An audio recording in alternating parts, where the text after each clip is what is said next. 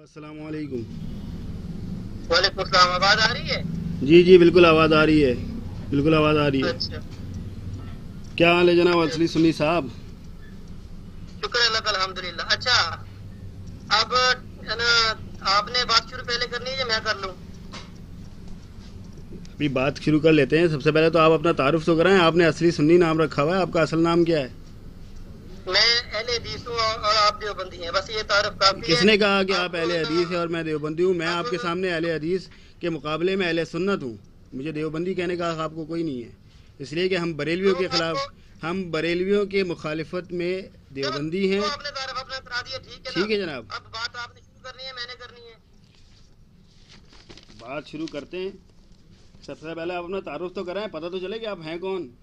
نام تو بتائیں بتا اپنا. تو دیا, بتا دیا. اب بات شروع کرو تقریر نام سے. بتائیں, آپ اپنا نام بتائیں. ہمیں کیا پتہ ہے اصلی سنی کون ہے بھائی. میری بات سن لو. جو فیس بک پہ جس طرح جس کو چیلنج کیا تھا وہی آپ سے مخاطب ہے, ٹھیک ہے. نام نہیں بتا اور رہے, ڈر رہے ہیں کیا آپ؟ میری بات سن لو نا, جس کو چیلنج کیا تھا وہی آپ سے مخاطب ہے, جس نام سے کیا تھا اسی نام سے بات ہے. اب میری بات اچھا, سنو. اگر جو دعویٰ کیا تھا کہ قرآن اور حدیث سے تقلید شخصی کا وجود ثابت ہے, اس کا ثبوت شروع کرو. ابھی اگر تم نہیں کر سکتے تو کیا مجھے پھر کبھی کہہ دو نا, زندگی یہ میں نہیں کسی سے موضوع پر مناظرہ بات کیا ہے؟ کرو. تمیز ہے مناظرہ کرنے کی, بات کرنے کی تمیز ہے؟ یہ بات کرنے کا تمہیں طریقہ ہے. تمیز نہیں ہے سب تو سے میری پہلے بات یہ سنو. بتاؤ, جس کو سب سے تمیز پہلے یہ تمہیں بتاؤ تمیز کہ نہیں بھائی میں آتی نے ہے, جو شرائط پیش کی تھی میں کہتا ہوں ان کی بارے میں بتاؤ. تقلید پہلے شخصی کا سب سے وجود پہلے یہ ثابت بتاؤ, کر یہ سکتے ہو یا نہیں. پہلے یہ چیلنج بتاؤ شرائط کی چیلنج بات کرو. پہلے شرائط کی, میری بات سنو بیٹا نا, شرائط اصل کی بات بات سننا. کرو. شاباش, ادھر ادھر مت بھاگو. سب سے پہلے چلو شرائط میری کی بات بات کرو. یقین کرو. میں نے دعویٰ کیا ہے, اصول مناظرہ کا اصول ہے کہ دعویٰ, پھر اس کے بعد اوپر جواب دعویٰ, پھر اس کے بعد شرائط میری ہوتی بات ہیں. سن. پہلے یہ دکھاؤ, پہلے یہ پتہ کر کے آؤ کہ مناظرے کا اصول کیا ہوتا ہے. پہلے اصول پڑھو, اپنے ائمہ, اپنے ائمہ کی جو ہے نا کتابیں پڑھو. اصول مناظرہ کس طرح سے ہوتا ہے وہ پتہ کرو جا کے. سمجھ میں آئی بات؟ منہ اٹھا کے مناظرہ کرنے چلے آئے ہو, آئی بات سمجھ میں؟ اب جلدی سے شاباش اپنا. سب سے پہلے جو ہے میں دعویٰ پڑھوں گا, دعوے کے بعد اپنی شرائط پڑھوں گا, ٹھیک ہے. اب پھر تم جواب دعویٰ پڑھو گے. بات سمجھ میں آئی یا نہیں آئی؟ دعویٰ میں نے تمہارا سب پوچھا کے آئی سامنے بات ہے. سمجھ میں یا نہیں آئی؟ میں کہہ رہا ہوں دعویٰ تمہارا سب کے سامنے ہے. بالکل دعویٰ اور سب کے تمہاری سامنے ہے. خود اصول مناظرہ کا اور ایک تم اصول ہے اپنی خود کہ ذاتی پہلے چیزوں پر بھی بات مد مقابل جو ہے نا وہ دعویٰ پڑتا ہے, پھر اپنی شرائط پیش کرتا ہے. تشریح شرائط مت کے کیا بعد لگی. جو مدعا علیہ ہے وہ پھر جواب دعویٰ پڑتا ہے اور اپنی شرائط پڑتا ہے. تم یہ بتاؤ کہ تمہاری شرائط کیا ہیں, میں اپنی اب شرائط بتاتا ہوں, ٹھیک ہے. پہلے میں اپنا دعویٰ پڑھوں گا, پھر اپنے شرائط پڑھوں گا, پھر تم اپنا جواب دعویٰ پڑھنا, پھر شرائط پڑھنا, ٹھیک ہے. بات سمجھ میں آئی یا نہیں آئی؟ جو دعویٰ تم نے کیا ہے وہ اگر قرآن کی آیت ہے تو پڑھو, حدیث بیٹا ہے تو پڑھو. بیٹا سب اور بتاؤ ثابت کیوں ہوگا, آپ تقلید فکر کرتے مت ہو. کرو. اتنی جلدی کس بات کی ہے؟ کیا کوئی ٹرین نکل لی ہے کیا؟ کہیں جانا ہے یا کسی کو ٹائم دے کر آئے ہو؟ پاس ہیں؟ قرآن کی آیت ہے یا حدیث ہے فکر تو مت پھر کرو, کیوں سب گھبراتے ہو. ثابت کروں گا میں, سب ثابت کروں گا. سب سے پہلے تم میرا دکھاؤ, دعویٰ ہے, سنتے جاؤ. دکھاؤ, اب میں نہیں کہا بھائی. اب یہ اپنا تمہاری گاڑی نہیں چلتی. اب اپنا ذرا اپنا منہ بند رکھو. اب سنو, سب سے پہلے میرا دعویٰ ہے, پھر میرے دعوے کے بعد میری شرائط میں پڑھوں گا, وہ سننا, ٹھیک ہے. اس کے بعد پھر تم اپنا دعویٰ پڑھنا, پھر اپنے شرائط پڑھنا. میرا دعویٰ ہے, نعمان اقبال بس یہ بتا دو. اہل مناظر اہل سنت والجماعت کا دعویٰ ہے کہ تقلید شخصی قرآن و صحیح احادیث سے ثابت میری ہے, بات سن. جس کا وجوب قرآن و حدیث اور صحیح دعویٰ تمہارا سب کے سامنے ہے. کیا دعویٰ سب کے سامنے, ٹائم اپنا دعویٰ دعویٰ پڑھنا. سب کے سامنے نہیں ہے. مناظرہ سننے والوں کے سامنے دعویٰ نہیں ہے, پوسٹ پڑھنے والوں کے سامنے دعویٰ ہے. آئی بات سمجھ میں؟ پہلے بات پوری کرو. کیا ادھر ادھر کہاں بھاگ رہے ہو؟ کیوں ڈر کیوں رہے ہو؟ یہ بتاؤ, ڈر کس بات کا ہے تمہیں؟ میری بات سن ڈر لو. کیوں رہے ہو؟ اور در سب کی چھوڑو, پہلے جواب بتاؤ دوں ڈر گا. کس بات کا ہے؟ میں تمہیں کھاؤں گا نہیں, تمہیں ماروں گا نہیں, تمہاری پٹائی نہیں لگاؤں گا میں. سمجھ میں آئی بات؟ محلے مشتہا ہے کہ نہیں وہ آئی میرا بات سوال سمجھ ہے. میں؟ محل مشتہا تو تمہاری ہے, وہ بھی میں ابھی ثابت کروں گا کہ تمہاری محل مشتہا ہے یا نہیں ہے. سمجھ میں آئی بات؟ بات سنو. ابھی ادھر ادھر مت بھاگو. ابھی پہلے مناظرے کے اصول کے تحت بات کرو. سب سے پہلے دعویٰ, پھر اس کے بعد شرائط, پھر تمہارا جواب دعویٰ, پھر تمہاری شرائط. آئی بات سمجھ میں؟ اگر مناظرہ کرنے کی تمیز نہیں ہے تو جا کے اپنے کسی عالم سے پوچھو کہ مناظرہ کرنے کا اصول کیا ہے. آئی بات سمجھ میں؟ تمہیں تو بات کرنے کی تمیز نہیں, تو مناظرہ کیا کرو گے؟ تمہیں تو کوئی جوتے مار کے اپنے گھر سے نکال دے گا, جس طریقے سے تم بات کرتے ہو. آئی بات سمجھ میں؟ جاہلوں کا اصول ہے تمہارا اصول. آئی بات سمجھ میں؟ سب سے پہلے دعویٰ ہوگا, پھر اس کے بعد شرائط ہوں گی اس کی, اس کے بعد پھر جواب دعویٰ، پھر شرائط. اور طریقہ کار یہ ہوگا کہ پہلے 5 منٹ تم بولو، پہلے 5 منٹ میں بولوں گا، پھر 5 منٹ تم بولنا. آئی بات سمجھ میں؟ یہ بیچ میں بھونکنا اچھی بات نہیں ہوتی ہے. آئی بات سمجھ میں یا نہیں آئی؟ ٹائم میرا شروع ہوگا، میں پہلے مناظرے کا دعویٰ پڑھوں گا اصول مناظرے کے تحت، اس کے بعد پھر شرائط پڑھوں گا، پھر تم اپنا جواب دعویٰ پڑھنا اور پھر شرائط پڑھنا. ٹھیک ہے؟ اب میرا ٹائم شروع ہو رہا ہے، سنتے جاؤ. میرا ٹائم شروع ہو رہا ہے، سنتے جاؤ. اب سمجھ میں آئی بات؟ ٹائم نوٹ کرو. 12 بجے ہیں میرے پاس، پورے 12:05 میں چھوڑ دوں گا. ٹھیک ہے؟ سب سے پہلا میرا دعویٰ ہے، جو کہ میں نے اپنی پوسٹ میں بھی لکھا ہے، کہ اہل سنت والجماعت احناف کا دعویٰ ہے کہ تقلید شخصی کا وجوب قرآن و صحیح احادیث مبارکہ سے ملتا ہے. یہ ہے میرا دعویٰ. ٹھیک ہے؟ اس کے بعد میرے دعوے کے مطابق میری شرائط ہیں، مناظرے کی شرائط ہوتی ہیں. سب سے پہلی شرط میری ہے کہ مناظرہ شروع ہونے سے پہلے دونوں فریقین اپنے مسلک کا نام بتائیں گے جس کے وہ ماننے والے ہیں، یعنی میں بھی اور تم بھی پابند ہوں گے اس کے. دوسری شرط نمبر 2، دونوں فریقین سب سے پہلے اپنے فرقے کے اصول کے مطابق مستند کتابوں سے تقلید مطلق اور تقلید شخصی کی جامع و معنی تعریفات بیان کریں گے جس کو وہ برحق مانتے ہیں، تاکہ عام لوگوں کو بات سمجھنے میں آسانی ہو سکے. ٹھیک ہے؟ شرط نمبر 3، مناظرے میں سب سے پہلے تقلید مطلق پر بات ہوگی. اگر دونوں فریق تقلید مطلق کو برحق تسلیم کر لیں گے تو مناظرہ آگے بڑھے گا اور پھر تقلید شخصی پر گفتگو ہوگی. اگر غیر مقلد مناظر تقلید مطلق کا بھی انکار کرتا ہے تو مناظرہ آگے بڑھے گا، ورنہ مناظرہ تقلید مطلق پر محیط ہو جائے گا. جب تک کہ اس بات ثابت نہیں ہوگی کہ تقلید مطلق برحق ہے تمہارے نزدیک یا نہیں ہے، تب تک آگے تقلید شخصی پر بات نہیں ہوگی. شرائط نمبر 4، ہمارا دعویٰ ہے کہ دین اسلام میں صرف 2 قسم کے لوگ پائے جاتے ہیں. پہلا مجتہد، جو کہ کسی کی تقلید نہیں کرتا کیونکہ وہ خود مجتہد ہوتا ہے، کیونکہ اللہ پاک نے اسے قرآن و حدیث کا علم عطا فرمایا ہے، لہٰذا وہ کسی خود تحقیق کرتا ہے کیونکہ وہ تحقیق کا اہل ہوتا ہے، وہ تقلید نہیں کرتا. اور دوسرا جو مقلد، دوسرا شخص مقلد کہلاتا ہے جو کسی مجتہد کی تقلید کرتا ہے اس لیے کہ اس کے پاس علم نہیں. لہٰذا دونوں فریق سب سے پہلے اپنے مجتہد یا مقلد ہونے کا اقرار کریں گے. یعنی میں اگر اپنے آپ کو مقلد کہتا ہوں اور تم نہیں، تم انکار کرتے ہو، تو سب سے پہلے تمہیں یہ ثابت کرنا پڑے گا کہ تم مقلد نہیں مجتہد ہو. مجتہد ہونے کی دلیل پیش کرنی پڑے گی. اگر یہ بھی ثابت نہیں کر سکے تو تم قبول کر لو گے کہ تم مقلد ہو. اگر دونوں میں سے کسی بات کو نہیں مانتے، نہ مقلد نہ مجتہد، تو پھر تمہیں یہ ثابت کرنا پڑے گا کہ دین اسلام میں کوئی تیسرا فریق بھی ہے. ٹھیک ہے؟ اب پھر دلائل کی دنیا میں یہ ثابت کرنا پڑے گا کہ دین اسلام میں مجتہد اور مقلد کے علاوہ تیسری قسم کے لوگ بھی پائے جاتے ہیں. اسے مستند دلائل کے ساتھ ثابت کرنی پڑے گی یہ بات. اس کے بعد شرط نمبر 5، نعمان اقبال کے دلائل قرآن و حدیث سے ہوں گے، ائمہ مجتہدین کے اقوال ان کے تابع ہوں گے، اجماع اور قیاس بھی ان کے تابع ہوں گے، جبکہ اصلی سنی صاحب کے دلائل صرف قرآن و حدیث سے ہوں گے، کیونکہ ان کے صرف 2 ہی اصول ہیں، اطیع اللہ و اطیع الرسول. ٹھیک ہے نا؟ ہم اولی الامر کو بھی مانتے ہیں. آپ کے 2 اصول ہیں، اطیع اللہ و اطیع الرسول، لہذا آپ کی دلیل جو ہے صرف 2 طرح سے آئیں گی، یا تو قرآن سے یا دلیل احادیث مبارکہ سے، صحیح احادیث مبارکہ سے. ٹھیک ہے؟ دونوں فریق محدثین کے اصول کے ماننے کے پابند ہوں گے. شرط نمبر 6، دونوں مناظرین کسی بھی قسم کی غیر اخلاقی، تنزیہ، تحقیر آمیز گفتگو سے پرہیز کریں گے. یعنی مناظرے کے دوران تم بھی خیال رکھنا اس بات کا اور میں بھی خیال رکھوں گا کہ کوئی بد زبانی، بد کلامی نہ ہو. اگر کسی نے کوئی نامناسب بات کی تو مد مقابل مناظر کو مناظرہ ختم کرنے کا حق حاصل ہوگا، اور ایسے نازیبہ الفاظ استعمال کرنے والے کی مناظرے میں شکست سمجھی جائے گی. شرط نمبر 7، مناظرے کا کل دورانیہ 2 گھنٹوں پر منحصر ہوگا یا 3 گھنٹوں پر منحصر ہوگا، جیسا تم بولو. ٹھیک ہے؟ ہر فریق اپنی ٹرن میں بولے گا، دوسرے مناظر کی ٹرن میں اسے بولنے کی کوئی قطعی اجازت نہیں ہے. شرط نمبر 8، پہلی ٹرن 15-15 منٹ کی ہوگی اور باقی تمام ٹرن 10-10 منٹ کی ہوں گی. دوبارہ سے بولتا ہوں، پہلی ٹرن 15-15 منٹ کی اور باقی ٹرن 10-10 منٹ کی ہوں گی. پہلی اور آخری ٹرن اہل سنت والجماعت احناف کے مناظر نعمان اقبال کی ہوگی، اس لیے کہ دعویٰ ہمارا ہے لہذا پہلی ٹرن ہماری ہوگی، اور مدعی ہم ہیں لہذا آخری ٹرن بھی ہماری ہوگی. دونوں فریقین، شرط نمبر 10، دونوں فریقین موضوع سے ہٹ کر کسی قسم کی کوئی نازیبہ اور کسی قسم کی کوئی الگ موضوع سے ہٹ کر بات نہیں کریں گے. موضوع سے انحراف سے فریقین کی شکست تسلیم کی جائے گی. یہ میرے 11 شرائط ہیں. اب تمہاری ٹرن شروع ہوتی ہے. اپنا دعویٰ اور اپنی شرط پیش کرو. میں کہہ رہا ٹائم پورا ہو گیا، میرے ٹائم میں بول رہے ہو، اتنا میں زیادہ لوں گا. چپ ہو گیا نا میں. اب بولو تمہیں بول دیے. بسم اللہ الرحمن الرحیم. نعمان اقبال نے کہا کہ دین اسلام میں صرف 2 طرح کے لوگ ہوتے ہیں، ایک مجتہد اور ایک مقلد، جبکہ ان کی کتاب کے اندر لکھا ہوا ہے کہ تقلید صرف جاہل ہی کے لیے ہوتی ہے. ٹھیک ہے.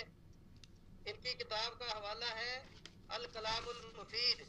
اس کے اندر لکھا ہوا ہے کہ تقلید صرف جاہل ہی کے لیے ہوتی ہے.